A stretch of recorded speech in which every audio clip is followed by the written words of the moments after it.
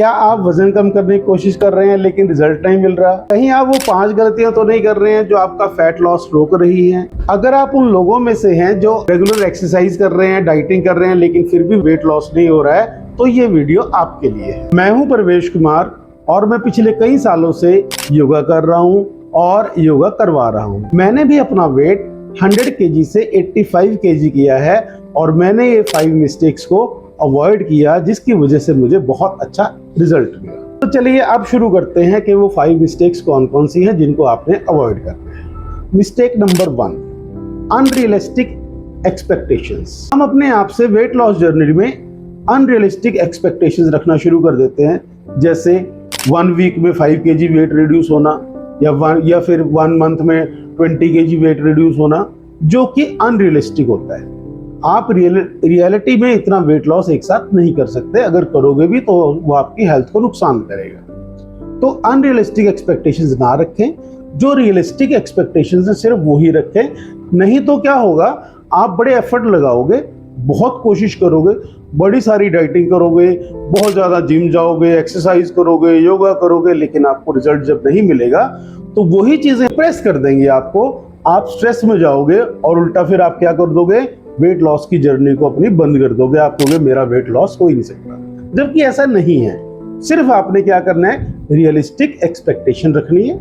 Simple, आप चलिए इतना एक टाइम में आपने कितना योगा करना है, इतना जिम करना है, इतना वर्कआउट करना है, ऐसे आपने डाइट प्लान बनाना है अपना, ठीक है। और रियलिस्टिक एक्सपेक्टेशन रखिए, जैसे कि 15 डेज में 1 kg 2 kg वेट रिड्यूस होना, 1 मंथ में 2-3 kg वेट रिड्यूस होना, ये रियलिस्टिक है। इससे आपकी हेल्थ भी बनी रहेगी और आप बड़ा अच्छे से अपना वेट को मैनेज कर पाओगे। तो ये तो थी पहली मिस्टेक। अब हम आते हैं दूसरी मिस्टेक पे।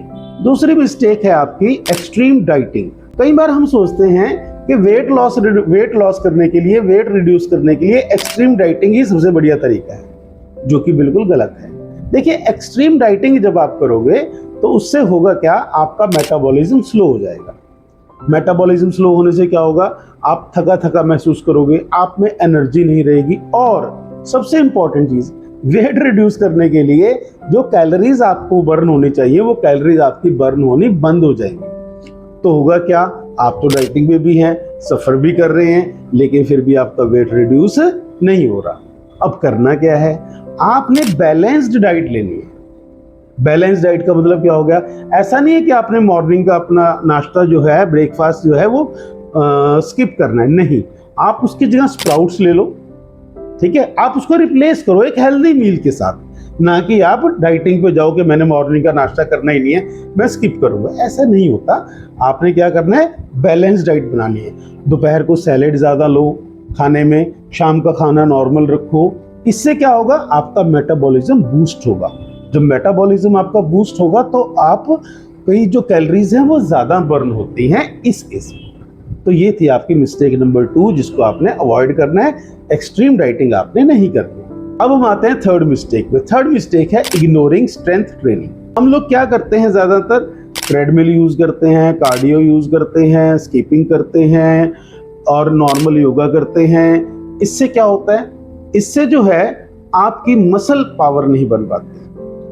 अगर आपकी मसल पावर नहीं बनेगी तो ध्यान रखिएगा, आपका मेटाबॉलिज्म बूस्ट नहीं हो पाएगा। मेटाबॉलिज्म बूस्ट तभी होगा जब आपकी मसल पावर बनेगी। मेटाबॉलिज्म बूस्ट होने से क्या होता है, आपकी बॉडी सोते समय भी आपकी कैलोरीज को बर्न करेगी, ये बात ध्यान रखना आप। तो मेटाबॉलिज्म बूस्ट करना बहुत ज़रूरी होता है, इसमें आपने बिल्कुल भी कमी नहीं छोड़नी।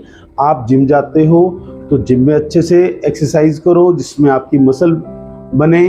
अगर आप योगा करते हो तो मैं आपको कहूँगा सूर्य नमस्कार जरूर करें, और ज़्यादा से ज़्यादा 30 मिनट्स के लिए आप मान के चलो आप सूर्य नमस्कार ज़रूर करें, भुजंगासन करें, कोबरा पोज करें। इनसे क्या होगा, आपकी मसल्स बनेगी। जब आपकी मसल्स बनेंगी तो आपका मेटाबॉलिज्म बूस्ट होगा।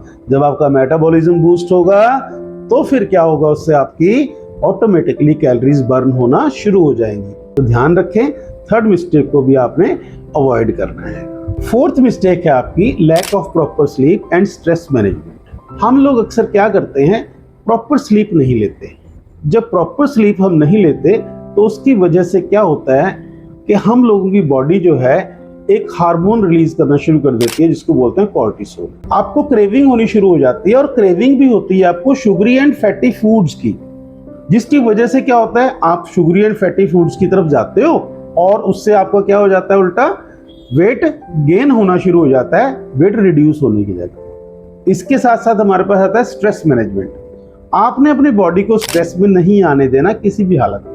अगर बाई चांस आपका वर्कआउट ऐसा है, आपकी जॉब ऐसी है, आपका प्रोफेशन ऐसा है जिसकी वजह से आपको स्ट्रेस लेना पड़ता है, तो स्ट्रेस को रिलीज करने के लिए मैं आपको सिंपल तरीका बता रहा हूं, आप प्राणायाम करें। प्राणायाम में आप क्या कर सकते हैं, आप भ्रामरी करें, अनुलोम विलोम करें, ठीक है। तो इससे क्या होगा, आपका स्ट्रेस भी खत्म हो जाएगा। तो ये थी आपकी फोर्थ मिस्टेक। अब हम आते हैं सबसे इंपॉर्टेंट और लास्ट मिस्टेक पे, जो कि रामबाण है। अगर आपने ये मिस्टेक की तो आपका वेट कभी भी रिड्यूस नहीं होगा। वो होता है लैक ऑफ कंसिस्टेंसी।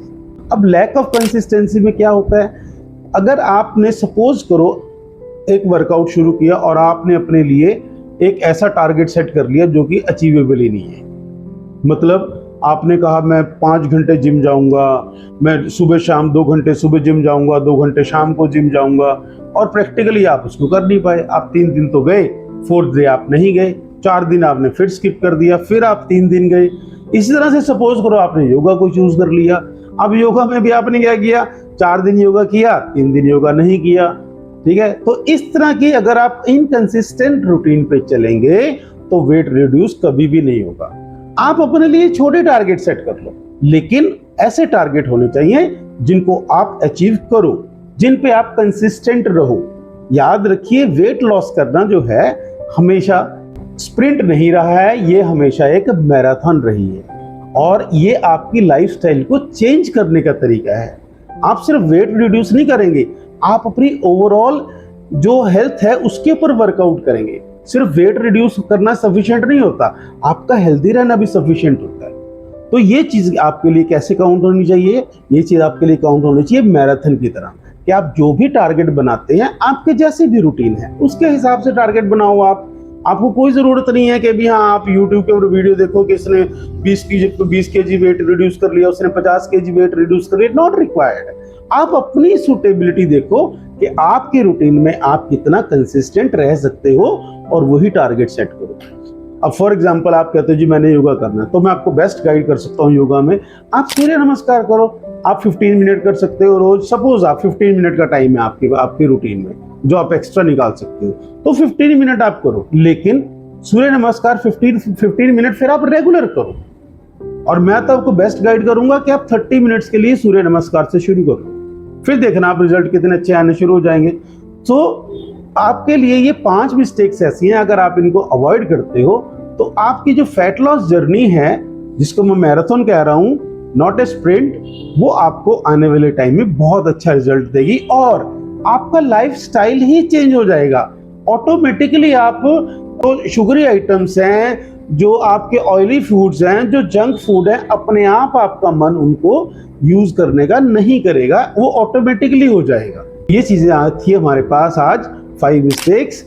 मैंने अपनी तरफ से 5 मिस्टेक्स आपको बता दी हैं। अगर आपको लगता है कि आपकी फैट लॉस जर्नी में आपको स्पेशली कोई और भी मिस्टेक लगती है, तो आप मुझे प्लीज वो भी जरूर बताएं कमेंट में। चैनल को लाइक करें, सब्सक्राइब करें, शेयर करें, और नेक्स्ट वीडियो में आपको बताऊंगा कि आप अपनी शुगरी क्रेविंग्स और ऑयली फूड और जंक फूड की क्रेविंग को किस तरह से ठीक कर सकते हो, किस तरह से रिड्यूस कर सकते हो। मिलते हैं आपसे नेक्स्ट वीडियो में। तब तक के लिए स्वस्थ रहें और खुश रहें।